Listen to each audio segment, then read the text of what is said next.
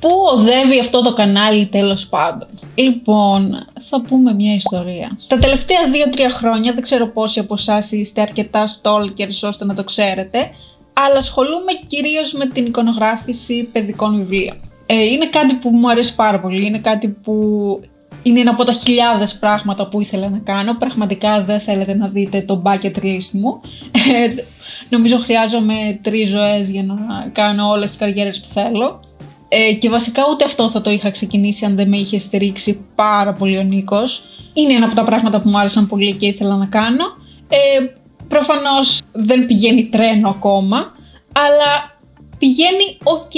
Δηλαδή, εγώ δεν περίμενα ποτέ ότι θα έβγαζα λεφτά ζωγραφίζοντας. Γιατί όταν ξεκίνησα κιόλας δεν ήμουνα καν τόσο καλή. Δηλαδή, ήταν θράσος το ότι άρχισα να ασχολούμαι με αυτό. Οπότε, γι' αυτό είχα αφήσει το κανάλι, γιατί δεν χρειαζόμουν πια αυτή τη δημιουργική διέξοδο. Δηλαδή, τα χρόνια που έκανα YouTube σταθερά ήταν τα πιο σκατά χρόνια της ζωής μου. Δεν ξέρω κατά πόσο φαινόταν αυτό στο βίντεο, αλλά δεν περνούσα καθόλου καλά στην προσωπική μου ζωή και γι' αυτό μάλλον ήθελα να κάνω YouTube, για να κάνω κάτι, ξέρεις, ενδιαφέρον για τον εαυτό μου, κάτι δημιουργικό. Ήταν η δημιουργική μου διέξοδος. Οπότε ναι, όταν άρχισα να ασχολούμαι με αυτό, δεν ήταν κάτι που το χρειαζόμουν πλέον να το κάνω. Επίσης, όταν δεν έχεις πια τόσο πολύ ελεύθερο χρόνο, προτεραιότητα βάζεις αυτό που σε πληρώνει και σε ενδιαφέρει να εξελίξεις, οπότε το YouTube εύκολα πέρασε στην άκρη, γιατί πραγματικά από το YouTube δεν έχω βγάλει τίποτα. Δηλαδή, το κοίταζα πριν από λίγο καιρό και όλα αυτά τα 10 χρόνια που έκανα YouTube, έχω βγάλει γύρω στα 50 ευρώ συνολικά.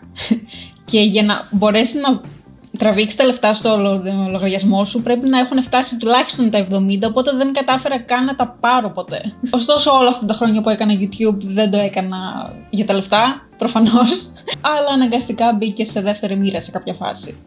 Γενικά η ζωή του εικονογράφου είναι πάρα πολύ ήσυχη, δηλαδή κυρίως εδώ πέρα που κάθομαι τώρα τη βγάζω, στον υπολογιστή, ζωγραφίζω, αυτό είναι. Όταν δουλεύεις και από το σπίτι, δηλαδή κάπως έτσι πάει.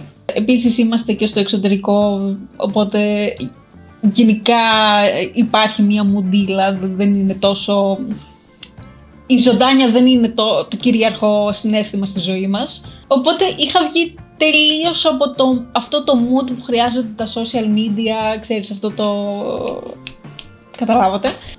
Δηλαδή σε κάποια φάση είχα φτιάξει Instagram και TikTok για να προωθώ τη δουλειά μου και δεν μπορούσα να κάνω οτιδήποτε, δηλαδή κόλλωνα, δεν είχα αυτή την ενέργεια πλέον. Εντάξει, σε ένα βαθμό, επειδή είχα στο μυαλό μου ότι είναι, ξέρεις, για δουλειά, οπότε πρέπει να είμαι λίγο σοβαρή, έπαιξε και αυτό το ρόλο του, γιατί εγώ δεν έχω αυτή τη σοβαροφάνεια που πρέπει, καλός ή κακός. Οπότε τώρα είχα ζητήσει από τον Νίκο να κάνουμε μαζί κάποια βίντεο, έτσι, για να ξαναμπω λίγο στο mood. Και νομίζω ότι το βρίσκω. Το πρόβλημά μου όμως όταν προσπαθούσα να προωθήσω τη δουλειά μου είναι ότι πραγματικά δεν έχω ιδέα σε ποιο κοινό απευθύνομαι. Δηλαδή, κάνω παιδικά σχέδια, γενικά σαν παρουσία στα social τόσο καιρό ασχολούμαι με ταινίες και σαν άνθρωπος είμαι λίγο κάφρος. Οπότε, πώς το διάλο θα τα συνδυάσω όλα αυτά? Γενικά, αν είσαι καλλιτέχνης, αν έχεις περιεχόμενο σχετικό με σχέδια, το κοινό στο οποίο απευθύνεσαι είναι άλλοι καλλιτέχνες, το οποίο δεν με ενδιέφερε καθόλου, για να πω την αλήθεια. Δηλαδή, δεν μου πέρασε καν από το μυαλό να αρχίσω να κάνω τέτοιο περιεχόμενο. Θέλω να συνεννοούμε με κόσμο, ξέρω εγώ, με απλό κόσμο. Ωστόσο, επειδή είμαι τόσο μεγάλο μυαλό και κατάφερα να βρω αυτή τη μικρή σχισμούλα και να βρω κάτι στο οποίο κάπως τα συνδυάζω όλα. Πρέπει να ήταν το αγαπημένο μου πράγμα που έχω κάνει στα social και ήταν αυτό το εξηγώντας το τάδε πράγμα σαν να μιλάω σε 5χρονο. Δεν ξέρω πόσοι από εσάς το έχετε δει. Το οποίο βέβαια τελικά δεν το συνέχισα, γιατί τώρα σε αυτό κάπως με αποθάρρυνε ο Νίκος. Γιατί μου είπε αυτό το πράγμα σου παίρνει πολύ χρόνο και δεν μπορείς για τα social να ξοδεύεις τόσο χρόνο. Αλλά το θέμα είναι ότι για να κάνεις κάτι καλό θέλει χρόνο. Δηλαδή, αν ήταν έτσι, θα πήγαινα να χέσω, θα έβγαζα μια φωτογραφία για την κουράδα μου, θα την πόσταρα και. Εντάξει, δεν γίνεται έτσι δουλειά. Για να κάνεις κάτι καλό θέλει χρόνο. Οπότε συνέχεια έλεγα ότι θα ξεκινήσω πάλι να ασχολούμαι με τα social για να προωθήσω τη δουλειά μου. Και τελικά δεν το έκανα, το άφηνα. Και ξέρεις, κάθε φορά που με ρωτούσε ο Νίκος γιατί δεν κάνεις πάλι, ξέρω εγώ, κανένα TikTok, ξέρω εγώ, νιώθω πάρα πολύ άσχημα. Αλλά τώρα που το σκέφτομαι από μακριά, πραγματικά, τι να ανέβαζα, δεν ξέρω σε ποιο κοινό απευθύνομαι. Επίσης είναι λίγο δύσκολο να εξηγήσεις την δημιουργική διαδικασία σε έναν επιστήμονα. Δεν είναι γραμμική αυτή η διαδικασία, δηλαδή ιδέα είναι χρόνος ίσον αποτέλεσμα. Επίσης δεν είναι ότι άμα κάτσεις εκεί πέρα και σκέφτεσαι με τις ώρες θα σου κατέβει μια καλή ιδέα. Οπότε δεν έχω ιδέα αν για όλο αυτό που πάω να κάνω υπάρχει κάποιο κοινό και ποιο είναι αυτό το κοινό. Πραγματικά άμα καταφέρω να κάνω αυτό που έχω στο μυαλό μου και να βρω το κοινό στο οποίο απευθύνομαι και το πράγμα που θέλουν να δούνε, δεν ξέρω, γίνονται τίποτα βραβεία για social media, θέλω ένα. Τώρα σχετικά με το κανάλι συγκεκριμένα. Αυτό το κανάλι το άνοιξα πριν από 10 χρόνια, όταν ήμουν 20 χρονών. Ελπίζω να μην είσαστε καλοί στα μαθηματικά. Τώρα όσοι είσαστε πιο καινούργιοι, πιθανότητα να λέτε τι στο διάλογο λέει αυτή, αλλά έχω κατεβάσει πάρα πολλά από τα παλιά μου βίντεο, βασικά σχεδόν όλα. Η αλήθεια είναι ότι αυτό το κανάλι όταν το άνοιξα, ποτέ δεν ήθελα να είναι μόνο για ταινίες. Αλλά σε κάποια φάση, δεν ξέρω, εγκλώβησα τον εαυτό μου σε αυτό το πρέπει. Δηλαδή είπα, έχω κάνει 10 βίντεο για ταινίες, έχω μαζέψει 3 συνδρομητές και τι θα σκεφτούν αυτοί οι 3 συνδρομητές αν ανεβάσω κάτι άλλο. Επίσης κάτι άλλο που έπαιξε ρόλο είναι ότι ήμουνα 20 χρονών και παρότι είμαι σούργελο, δεν αγκάλιασα την σουργελότητά μου αρκετά. Δεν ξέρω, είχα αυτό το κόμπλεξ ότι θέλω να με πάρουν στα σοβαρά. Αλλά δεν είναι ακριβό ότι είμαι σούργελο. Ναι, οπότε τα περισσότερα παλιά μου βίντεο γι' αυτόν τον λόγο τα κατέβασα, γιατί ήμουν ένα 20χρονο που έλεγε μαλακίες. Και δεν νιώθω πάρα πολύ άσχημα να υπάρχει στο ίντερνετ αυτή η εικόνα του εαυτού μου. Δεν έλεγα τίποτα μηνύσιμο, απλά ξέρεις, είναι κριντζιά. Τώρα που μπαίνω σε μια άλλη φάση ζωής, αποφάσισα να κάνω ένα εμπρός πίσω και να γίνω επιτέλους αυτό το ηλίθιο 20χρονο που δεν ήμουν ποτέ. Θέλω να ανοίξω τη θεματολογία σε κάτι πιο χαλαρό, έτσι, πιο cozy. Πιστεύω, και ο Νίκος μου το λέει αυτό πάρα πολύ συχνά, ότι ο κόσμος ποτέ δεν με ακολούθησε επειδή είχα, ρε παιδί μου, την απίθυμενη γνώση γύρω από το σινεμά. Πιστεύω ότι με ακολουθείτε περισσότερο επειδή σας αρέσει ο χαρακτήρας μου. Μάλλον. Εσείς σας αρέσει το ότι τα λέω τσαχπίνικα. Προφανέστατα θα συνεχίσω να κάνω βίντεο και για ταινίες, γιατί είναι ένα μεγάλο κομμάτι της ζωής μου, είναι κάτι με το οποίο ασχολούμαι. Απλά δεν θέλω να εγκλωβίσω τον εαυτό μου σε αυτό το θέλω να κάνω κάτι ενδιαφέρον, κάτι αστείο, κάτι φαν και αλλά το κανάλι μου είναι μόνο για ταινίες, δεν μπορώ να το δείξω αυτά. Αφήστε με. Οι αναλύσεις που έκανα ήταν κάτι που μου άρεσε πάρα πολύ να κάνω και αν ξανακάνω τέτοιο βίντεο ίσως αναγκαστώ να το κάνω επιπληρωμή. Νιώθω δικαιολόγητα άσχημα να το κάνω αυτό, αλλά πραγματικά δεν ξέρετε πόσο χρόνο μου παίρνει να κάνω μια ανάλυση.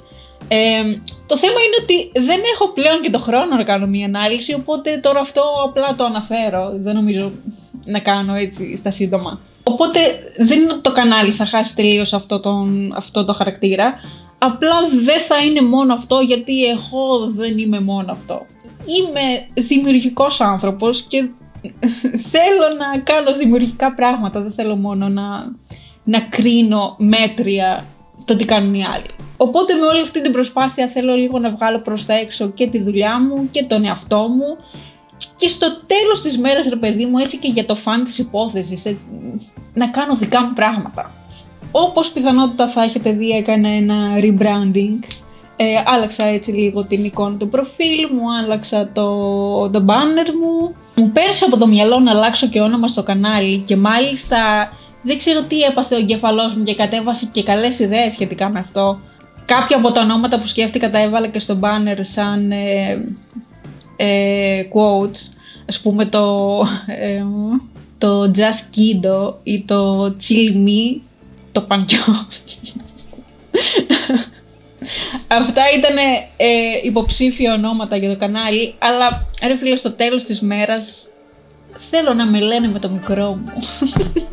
Οπότε ακούστε τι έκανα. Από εκεί που το όνομά μου ήταν Θεοδώρα στα αγγλικά, το έκανα Θεοδώρα στα ελληνικά. Το οποίο δεν είναι ουσιαστική αλλαγή, αλλά μετράει σαν αλλαγή στο κεφάλι μου. Στην περιγραφή του καναλιού έγραψα Βαϊμπάρο, το οποίο πρέπει να το συνηθίσετε γιατί είναι η νέα αγαπημένη μου λέξη. Δηλαδή δεν γίνεται μία λέξη να περιγράφει τόσο καλά τα πάντα. Δηλαδή πολλές φορές λέμε, ρε παιδί μου, ότι αυτό τον άνθρωπο δεν το συμπαθώ ή με αυτόν τον άνθρωπο δεν ταιριάζω. Και δεν είναι σωστή η χρήση της λέξης. Δηλαδή μπορεί να συμπαθείς κάποιον αλλά να μην τα πάτε καλά. Μπορεί να ταιριάζει με κάποιον και να μην τα πάτε καλά. Το θέμα είναι ότι δεν βαϊμπάρετε. Και επειδή γενικά εγώ είμαι ένας άνθρωπος που πιάνω εύκολα τις ενέργειες γύρω μου, δεν το πάω στο μεταφυσικό, αλλά καταλαβαίνετε, έχω ένστικτο, έχω πολύ καλό ένστικτο. Τα vibes είναι η φάση μου και ελπίζω να έχω καλά vibes. Θέλω έτσι λίγο να φτιάξω μία ωραία γωνίτσα για να έρχεστε να κάθεστε. Τώρα για να μιλάμε και μαλακίες, εννοείται ότι έχω και τους φόβους μου για όλο αυτό. Δηλαδή φοβάμαι και αν πετύχει, φοβάμαι και αν δεν πετύχει. Γιατί αν δεν πετύχει θα έχω ξοδέψει το χρόνο μου, αλλά αν πετύχει και αρχίζει να μαζεύεται κόσμος, θα είμαι λίγο σε φάση, εσείς τώρα τι κάνετε εδώ? Γιατί, εντάξει, το φοβάμαι λίγο όλο αυτό το άνοιγμα, γιατί είμαι κλειστός χαρακτήρας. Προσπαθώ λίγο να το αποτινάξω αυτό. Γενικά μέχρι τώρα τα βίντεο μου τα έκανα με σενάριο, το οποίο με βοηθούσε έτσι πάρα πολύ να βρω το ρυθμό μου και να μην κολλάω και να λέω μαλακίες. Τώρα δεν μπορώ να κάθομαι να γράφω σενάριο για κάθε βίντεο. Και στην πραγματική ζωή εγώ είμαι ένα άτομο που απλά κάθεται σε μια γωνίτσα και δεν μιλάει. Οπότε κανονικά η φάση μου θα ήταν να κάθομαι κάπως έτσι και να περιμένω να πείτε εσείς κάτι.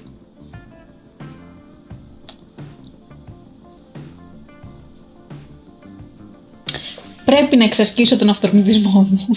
Θέλω να μου πείτε έτσι λίγο πώς σας φαίνεται σαν ιδέα αυτό το New Era. Ακόμα και όσοι είσαστε σιωπηλοί παρατηρητές, σας νιώθω γιατί κι εγώ είμαι, αλλά θα εκτιμούσα την συνεισφορά σας. Και κάντε like, όλα και όλα. Δεν θα ξεπέσω τόσο. Με ρωτάει πολλές φορές ο Νίκος, γιατί δεν τα λες αυτά στο κοινό, έτσι να κάνουν like και εγγραφή στο κανάλι, αυτά πρέπει να τα λες. Και του λέω, δεν μπορώ, νιώθω σαν τη Μενεχάκη που μιλάει στους τηλεθεατές. Αλλά κακή κόπια της Μενεχάκη. Είμαι Μενεγάκη on a budget. Το ότι να είναι κλείσιμο το βίντεο θέλω να μείνει. Είναι on brand. Θεοδώρα 2.0